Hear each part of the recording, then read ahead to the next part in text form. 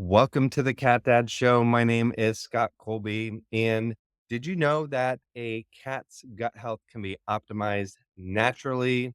Well, I'm going to be talking about that in this clip of my interview with Dr. Katie Woodley. She's the natural pet doctor and an integrative veterinarian. She was a guest as part of my Feline Wellness Summit. And in this clip, we talk about how gut health is such a hot topic for humans these days, but we know that most people don't think about gut health for cats. So she talks about how gut health is so critical for cats and what are the first signs that their gut might not be in great shape. Again, this is a clip of my interview with Dr. Katie Woodley. She was a guest at the Feline Wellness Summit. If you want to hear the entire interview, as well as interviews with 20 other feline wellness experts, just go to felinewellnesssummit.com and you can grab a free ticket. But for now, enjoy that clip.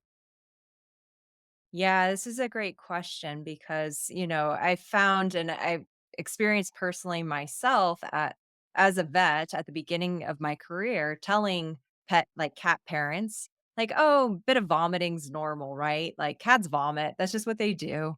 But in reality, it's not. Like hairballs, vomiting, those are not normal behaviors.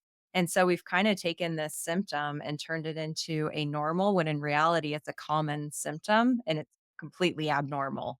So this is where it's missed a lot because it's dismissed. And the reason why gut health is very important is that it's central to a lot of other systems in the body. So when we think about gut health, a lot of times we're just thinking about, okay, it's like the poop and digestion, right? Like we eat food, we digest it, and then we poop out what we don't need, right? Like that very simplistic form. And so we have it a little bit wrong because it's doing a lot more than that. Yes, digestion is really important, but we also, too, with cats, a lot of us are feeding species inappropriate diets. Where cats are obligate carnivores, they don't have a physical requirement for carbohydrates. And so we kind of get it wrong from the beginning, essentially. And we're kind of setting them off on the wrong path for potentially the rest of their life. And some cats, they never experience any health issues, which is fantastic. But a lot of the like cat parents I work with and what I hear and see online is that there's a lot of cat parents that are frustrated because we're seeing skin issues, we're seeing vomiting, diarrhea, inflammatory bowel disease, we're seeing hairballs, and they don't know why.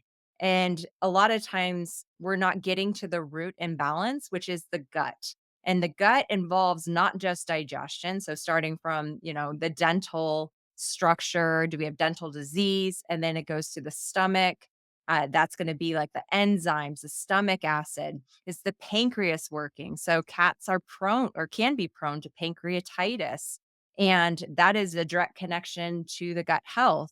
And then we have the small intestine and the large intestine. And that's gonna comprise a lot of what's going on with the microbiome, which is trillions of different types of microorganisms that should all be working together. There should be a lot of diversity. We shouldn't have overgrowth of bad bacteria. And we're not looking at that just because there's not a lot of research out there on the pet side. There's more on the human health side. But that microbiome is really, really key because it's actually speaking to your cat's immune system. Over 70% of the immune system lives in your cat's gut. And that immune system is key for dictating, okay, what gets inactivated, like bacteria, toxins. It's also going to be communicating with the brain and the nervous system too. So we have a lot of cats that are over grooming or have behavior issues and they're being medicated with anti anxiety medications. And it was actually a gut health problem, but it wasn't looked at.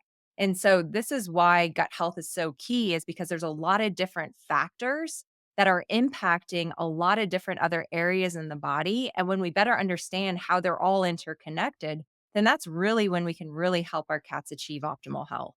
Yeah.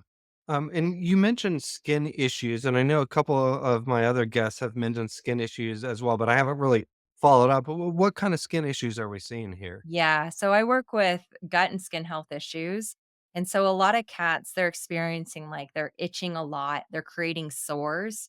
They can also over grooming. So a lot of cats will groom their belly. That could be a urinary tract issue. It could be that their tummy hurts. So it could be a pain thing and it's a self-soothing thing. But if they're itchy, they're gonna lick a lot. Hmm. So you'll see your cats like walking and they stop and they start licking and you're like, "What are they doing?" Or they're over grooming their back or they're, the twitchiness where they're just like super reactive. They can get ear infections, anal gland problems, hot spots, sores. There could be food sensitivities. These are all typically connected to the gut. Obviously, there could be like fleas and parasites that can create itchiness. So you want to rule those things out. But a lot of the problems that I see, especially chronic skin conditions, are going to be related to the gut because that immune system is directly connected. And if we have an imbalance in the gut microbiome, we have inflammation, that immune system is getting overstimulated. And that's leading to inflammation in the rest of the body because there's a direct connection with the circulatory system and blood flow. Yeah, I want to go back to vomiting. Yeah. How it's normal. Um, because so I had 2 previous cats and who are no longer with us, and one of them, his name was Nomar. So he would eat, and then he would often I mean, it wasn't every time, but it was Yep. frequent enough where if the vet asked me, "Hey, is there any issues?" I said, "Oh, well, no more." He vomits every once in a while after he eats. Mm. So, just a little bit of background about my cats. For the first probably 12 years, I only fed them kibble. I didn't know any better. We Yep, know I've now been there. from We've we all know been now there. from all of our amazing guests that that's probably not the best choice. Um, so he would throw up somewhat after he ate his meal, and then later on, he actually had to have a couple teeth removed, so I heard you mention dental problems as well. So, if I had a vet that said, it's kinda normal for cats to throw up, maybe they ate too fast, that's kinda like the phrase Mhm. that I heard, or maybe I made that up in my head. No, you probably heard it. If So I gone to you or another kinda natural pet health, um, veterinarian who has done extensive research into the gut now, what would you have maybe had me do instead of just kind of ignore it?